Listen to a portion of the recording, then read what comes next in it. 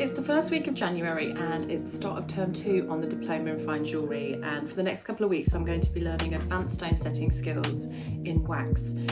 So looking forward to this one because I have a little bit of wax experience and it also feels a little bit less pressured than working in gold or silver. There are 2 projects to complete over these 2 weeks. The first one is Pavé setting in wax and the second one is channel setting in wax. Both of them use 3mm round cubic zirconia stones. I started with the Pavé setting project first and decided to make a round pendant. I think the trickiest part of this project for me was making sure that the wax was deep enough to fit the stones, but not too deep that it would be really heavy once cast in metal. The tutorial featured a row of Pavé set stones, but I decided I wanted to make mine a little bit more random in my design.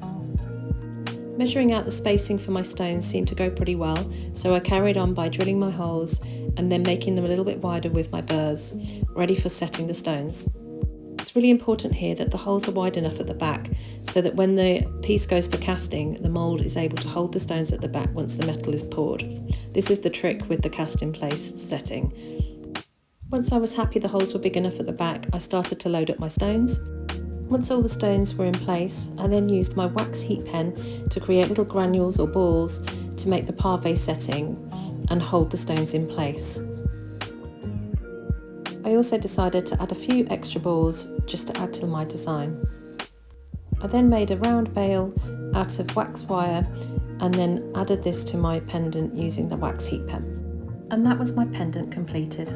For the channel setting project, I decided to make a ring, and I think this was possibly one of my most ambitious designs yet, considering I hadn't yet mastered the art of channel setting in wax. Nonetheless, I decided to have a go at making a ring with a knotted design in the middle and 2 channels either side.